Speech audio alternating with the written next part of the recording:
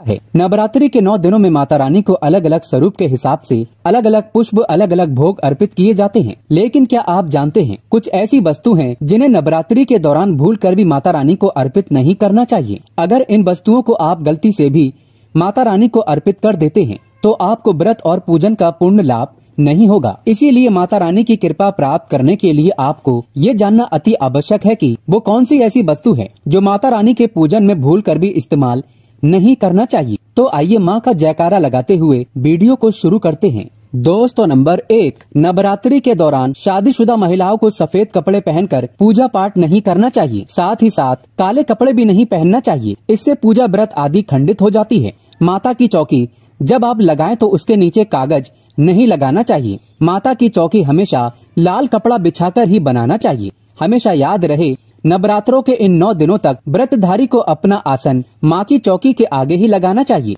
और वहीं पर आपको सोना चाहिए। मंदिर को नवरात्रों के दौरान अकेला नहीं छोड़ा जाता, बहुत ही अशुभ माना जाता है। इससे दुर्गा माता नाराज हो जाती है और हमेशा के लिए चली जाती है। दोस्तों, नंबर 2, नारियल। हिंदू धर्म में नारियल को समृद्धि, धन, श्रद्धा और सम्मान का सूचक माना जाता है। नारियल को श्रीफल भी कहा जाता है। नारियल को सुख समृद्धि में वृद्धि करने वाला माना जाता है। नारियल का हर मांगलिक कार्य में विशेष महत्व होता है। जैसे कि आप सभी जानते हैं कि माता रानी के कई मंदिरों में नारियल से बलि भी दी जाती है और माता रानी के पूजन में नारियल का इस्तेमाल हम सभी करते हैं। खासकर कलश की स्थापना नारियल रखकर ही की जाती है। माता रानी के पूजन में हम नारियल इस्तेमाल करते समय कुछ गलतियां कर बैठते हैं। दोस्तों, नारियल कई प्रकार के होते हैं। एक हरा, दूसरा सूखा, जिसके अंदर पानी होता है। जिस नारियल के अंदर पानी होता है, माता रानी के पूजन में सदैव पानी वाला और जटा वाला नारियल ही इस्तेमाल करें। नारियल का पूर्ण होना चाहिए।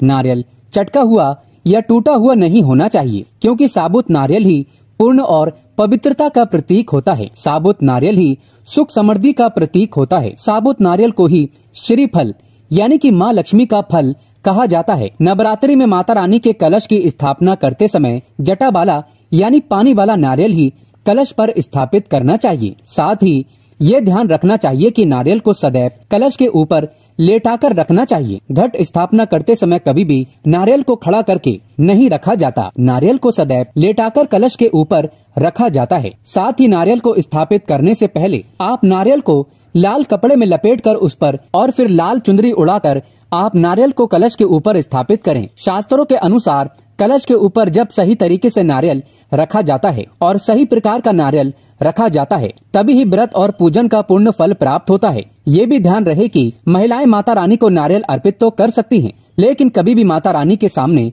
नारियल को भूल कर भी ना तोड़ें, क्योंकि नारियल बीज रूप होता है और स्त्रियां बीज रूप से ही शिशु को जन्म देती हैं। इसीलिए कभी भी महिलाओं को नारियल नहीं तोड़ना चाहिए। दोस्तों, नंबर 3, लौंग। लौंग हम सभी माता रानी के पूजन में इस्तेमाल करते हैं, लेकिन लौंग का इस्तेमाल करते समय एक बहुत बड़ी गलती कर बैठते हैं। हमेशा ध्यान रखना चाहिए कि माता रानी को सदैव फूल वाली लौंग ही अर्पित करना चाहिए। जिस लौंग के ऊपर फूल नहीं होता या फिर जिस लौंग के पीछे लकड़ी की डंडी नहीं होती, उसको आप माता रानी के पूजन में भूल कर भी इस्तेमाल न करें। फूल वाले लौंगों को ही पूर्ण माना जाता है और माता रानी के पूजन में कोई भी अपूर्ण वस्तु, कोई भी खराब वस्तु या टूटे हुए अक्षत इस्तेमाल नहीं करना चाहिए। इसीलिए सदैव माता रानी के पूजन में फूल वाली लौंग का ही इस्तेमाल करें। दोस्तों, नंबर 4, तुलसी के पत्ते अर्पित नहीं करने चाहिए। माँ दुर्गा के पूजन में तुलसी पत्र का इस्तेमाल करना वर्जित माना जाता है। तुलसी पत्र के अलावा आंवला भी माता रानी को अर्पित नहीं करना चाहिए और दुर्वा भी माता रानी को अर्पित नहीं करना चाहिए।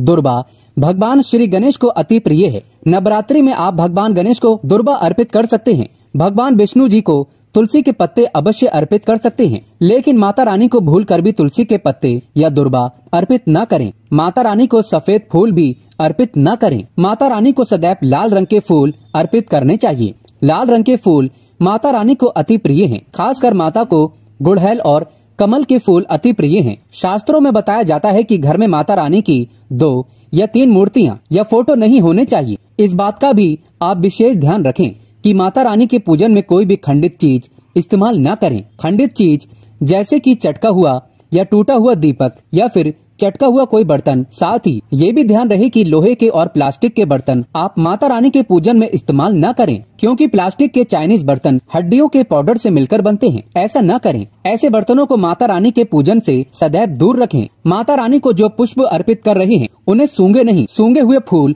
या गिरे हुए फूल या फिर मुरझाए हुए फूल माता को अर्पित न करें।